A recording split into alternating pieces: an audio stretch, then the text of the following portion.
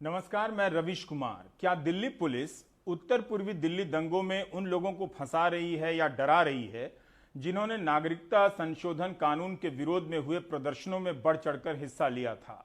12 सितंबर को खबर आती है कि पूछताछ के दौरान सीपीएम नेता सीताराम येचुरी, जेएनयू की प्रोफेसर जयति घोष, दिल्ली विश्वविद्यालय के प्रोफेसर अपूर्वानंद और योगेंद्र यादव के भी नाम आए हैं। इन सभी को पूरक चार्जशीट में आरोपी नहीं बनाया गया है, मगर नाम है। इन मामलों में सफूरा जरगर, देवांगना कालिता, नताशा नरवाल और गुलफिशा फातिमा जैसे कई आरोपियों ने महीनों जेल की सजा काटी है या काट रही हैं। गुलफिशा, देवांगना और नताशा अभी भी जेल में हैं। इनके बयानों में कई लोगों के नाम आए हैं। दिल्ली पुलिस ने रविवार रात उमर खालिद को गिरफ्तार कर लिया।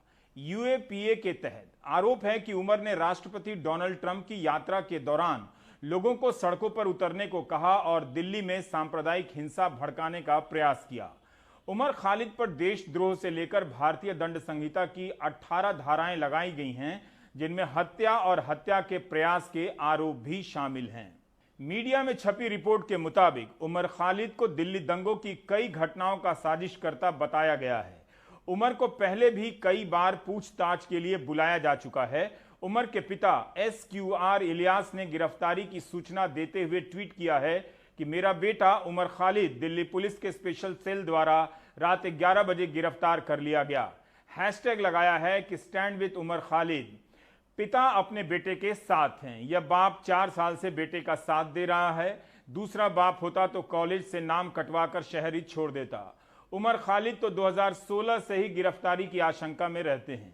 गिरफ्तार होने से पहले न्यूज लॉन्ड्री को दिए इंटरव्यू में कहा है कि उनकी गिरफ्तारी के बाद मीडिया में तरह तरह के किस्से चलने शुरू हो जाएंगे। एक नौजवान लड़का 2016 से जेएनयू विवाद के कारण पुलिस और जनता की नजर में है। अमित शाह के गृह मंत्री रहते हुए दिल्ली में हिंसा की प्लानिंग कर रहा था। उस वक्त किसी को खबर नहीं हुई। इस प्लानिंग की जानकारी ना पुलिस को होती है, ना खुफिया विभाग को होती है, वो भी तब जब अमेरिका के राष्ट्रपति ट्रंप का भारत दौरा होने वाला है।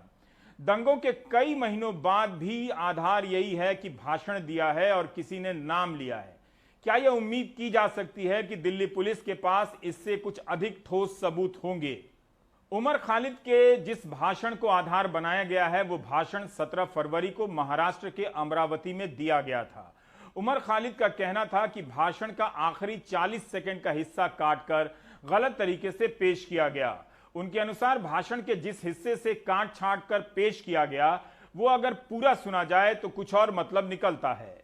हम वादा करते हैं 24 तारीख को जब डोनाल्ड ट्रंप हिंदुस्तान आएंगे तो हम ये बताएंगे कि हिंदुस्तान के प्रधानमंत्री और हिंदुस्तान की सरकार हिंदुस्तान को बांटने का काम कर रही है, महात्मा गांधी के उसूलों की धज्जियां उड़ा रही है, और ये बताएंगे कि हिंदुस्तान की आवाम हिंदुस्तान के हुक्मरानों के खिलाफ लड़ रही है। अगर हिंदुस्तान के हुक्मरान देश को बांटना चाहते हैं तो हिंदुस्तान की आवाम देश को जोड़ने के लिए तैयार है। हम तमाम लोग सड़कों पर निकल कर आएंगे। आप लोग निकल कर आएंगे।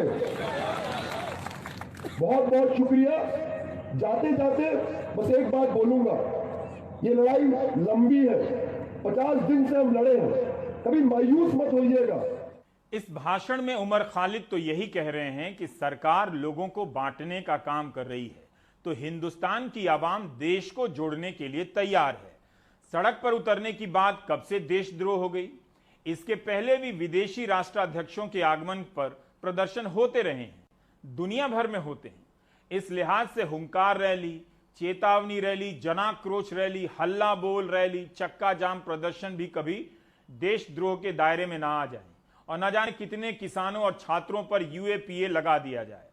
क्या पुलिस के पास यही ठोस आधार है या कुछ और भी सबूत है? उमर का कहना है कि उन्हें खुद पर भरोसा है, ऐसा काम किया ही नहीं है, ना बोला है।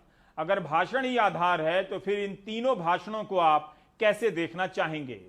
दिल्ली में आग लगी रहे, ये यही चाहते हैं, इसीलिए इन्होंने रास्ते बंद किए, इसीलिए दंगे जैसा माहौल बना रहे हैं। हमारी तरफ से एक भी पत्थर नहीं चला है। CCP साहब हमारे सामने खड़े हैं। मैं आप सबके बिहाफ पे ये बात कह रहा हूँ, ट्रंप के जाने तक तो हम शांति से जा रहे हैं, लेकिन उसके बाद हम आपकी भी नहीं सुनेंगे अगर रास्ते खाली नहीं हुए तो। ठीक है, आज जब तक रास्ता खाली करवा रहे हैं, ट्रंप के जाने तक ट्रंप के जाने तक आप जाफराबाद और चांदबाग खाली करवा लीजिए, ऐसी आपसे विनती कर रहे हैं। उसके बाद हमें रोड पे आना पड़ेगा, ठीक है। आज वो आग दिल्ली के एक कोने में लग गई है, वहां पे लाखों लोग इकट्ठे हो जाते हैं और वो आग कभी भी दिल्ली के घरों तक पहुंच सकती है, हमारे घर में पहुंच सकती है। ये दिल्ली वालों को सोच समझ के फैसला लेना पड़ेगा। ये लोग आपके घरों में घुसेंगे, आपकी बहन बेटियों को उठाएंगे, उनको रेप करेंगे, उनको मारेंगे। इसलिए आज समय है। कल मोदी जी नहीं आएंगे बचाने, कल अमित शाह जी नहीं आएंगे बचाने। आज समय है। आज अगर दिल्ली के लोग जाग जाएंगे तो अच्छा रहेगा। गद्दारों को गोली मारो, देश के गद्दारों को तक आवाज आनी चाहिए, गिरिराज जी को सुनाई दे। देश के गद्दारों को, देश के गद्दारों को, देश के गद्दारों को। इन भाषणों के संदर्भ में सवाल उठ रहे हैं कि इनसे क्यों नहीं पूछताछ हुई या जांच का विषय समझा गया कि इनका संबंध हिंसा से भी हो सकता है। उमर खालिद कह रहे हैं कि ट्रंप आ रहे हैं, हम सड़कों पर निकल आएंगे। कपिल मिश्रा कह रहे हैं कि ट्रंप के जाने तक तो हम शांति से जा रहे हैं। दिल्ली पुलिस ने बयान जारी कर कहा है कि वो जांच में भेदभाव नहीं कर रही है, उसका काम जांच करना है और संज्ञान लेना कोर्ट का। दिल्ली पुलिस के अनुसार अभी तक दिल्ली दंगों के मामले में 250 चार्जशीट दायर हो चुकी है। 1575 लोग गिरफ्तार हो चुके हैं, जिनमें से 571 आरोपी हिंदू हैं और 582 आरोपी मुस्लिम हैं। दिल्ली दंगों की हिंसा में 53 लोगों की मौत हुई थी और 581 लोग घायल हुए थे। 108 पुलिसकर्मी घायल हुए और 2 जवानों की मौत हुई। जब हिंसा हो रही थी तब खुफिया नेटवर्क भी सक्रिय रहा होगा। आखिर उस दौरान खुफिया और पुलिस नेटवर्क क्या कर रहा था? अमेरिका के राष्ट्रपति भारत आने वाले थे। पुलिस की नाकामी पर बात तो तभी होने लगी थी, इसीलिए तो बीच में पुलिस के आयुक्त को हटाना पड़ा और नए दिल्ली पुलिस के नए आयुक्त को लाया गया, जो अभी भी है। राष्ट्रीय सुरक्षा सलाहकार अजित डोभाल पूर्वी दिल्ली गए थे। क्या उन्हें भी पता नहीं था कि सीताराम येचुरी, जयती घोष, राहुल रॉय, अपूर्वानंद, योगेंद्र यादव साजिश कर सकते हैं या कर रहे हैं, जिनके नाम अब दिल्ली पुलिस ने FIR 50/20 की पूरक चार्जशीट में लिखे हैं? गुलफिशा, नताशा और देवांगना जेल में हैं। उनके बयान को लेकर सवाल उठ रहे हैं। क्या पुलिस के पास इन बयानों, भाषणों के अलावा भी कुछ ठोस है, जिससे वो इतनी बड़ी हिंसा के साजिशकर्ता के रूप में प्रोफेसर, सामाजिक कार्यकर्ता और छात्रों का नाम चार्जशीट में डाल रही है, पूछताछ कर रही है, गिरफ्तार कर रही है? ये वो लोग हैं जो अरसे से सार्वजनिक जीवन में भाग लेते रहे हैं, अनेक बार बोल चुके हैं, कभी भी हिंसा की बात नहीं की। ना योगेंद्र ने, ना अपूर्वानंद ने, ना उमर खालिद ने। उमर खालिद ने इतनी जगहों पर भाषण दिए हैं, अगर एक चुटकी हिंसा की बात की होती तो अब तक कई बार गिरफ्तार हो चुके होते। उमर पर आरोप है कि उन्होंने 8 जनवरी 2020 को शाहीन बाग में सीक्रेट मीटिंग में हिस्सा लिया, जहां ट्रंप के आगमन पर मोदी सरकार को शर्मिंदा करने की साजिश बनी। इस पर सवाल उठ रहा है कि ट्रंप के आने की खबर ही पहली बार 13 जनवरी को छपती है। 8 जनवरी को उमर को कैसे मालूम हो सकता है? पिछले हफ्ते द वायर में ही खबर छपी थी कि उमर खालिद ने आरोप लगाया है कि उनके परिचितों पर दबाव बनाया जा रहा है कि उमर खालिद के खिलाफ आरोप लगाएं, बयान दें, नहीं तो UAPA लगा देंगे। 1 सितंबर को खालिद ने इस बारे में पुलिस आयुक्त SN श्रीवास्तव को पत्र भी लिखा था। इसके बाद इस मसले पर 4 सितंबर को एक प्रेस कॉन्फ्रेंस भी हुई थी।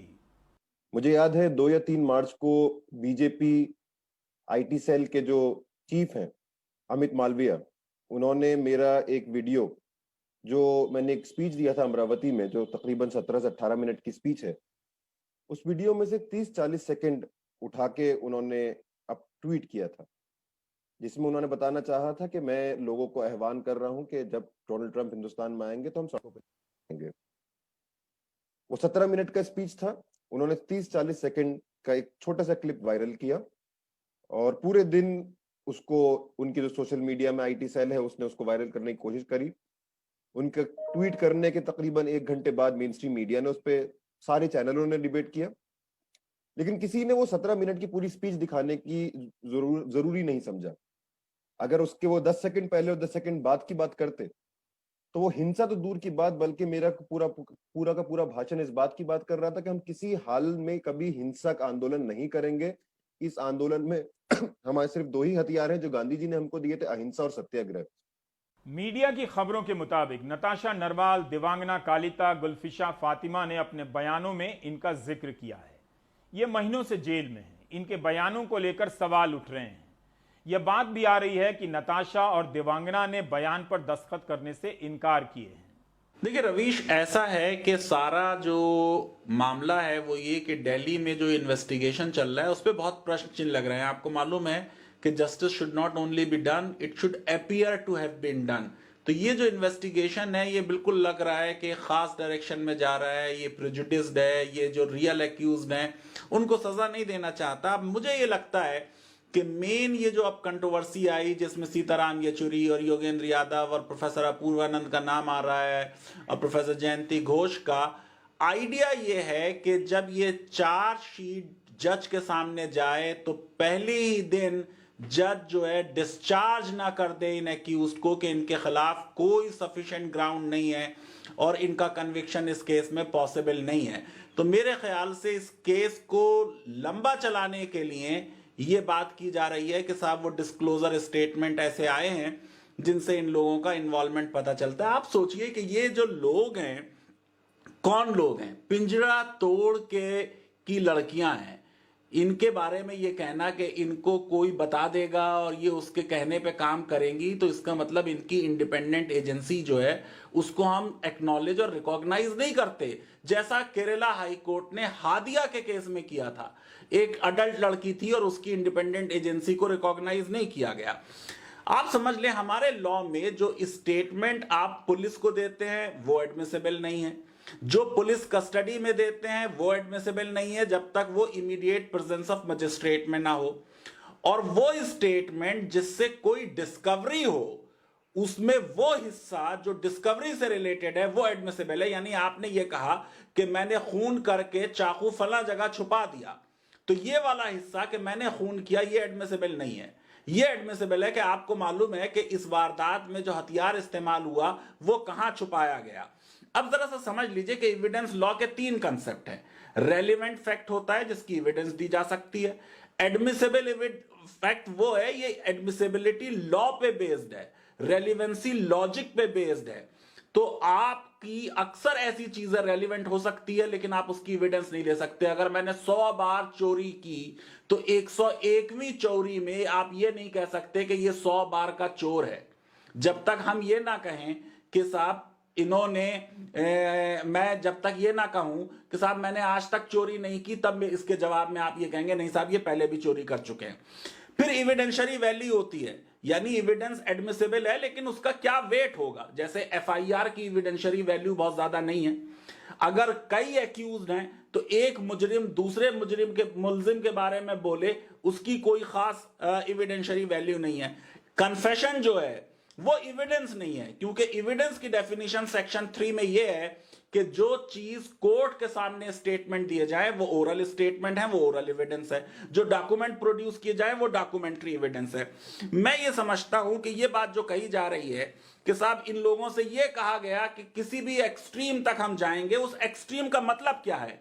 अरे भाई प्रोटेस्ट का मतलब क्या होता है, उसमें आखिरी चीज क्या होती है? Fast unto death. ये गांधी जी ने सिखाया। जो हमारी भारत छोड़ो आंदोलन 1942 का था उसमें गांधी जी ने कहा था डू और डाई, और उसमें यह नहीं था कि गो एंड किल। मैं ये समझता हूं वो लोग जिन्होंने भारत के स्वतंत्रता संग्राम में हिस्सा नहीं लिया या 1942 के क्विट इंडिया मूवमेंट में हिस्सा लेने पे अंग्रेजों से माफी मांग ली, वो प्रोटेस्ट की डायनामिक्स को सही से समझ नहीं सकते हैं।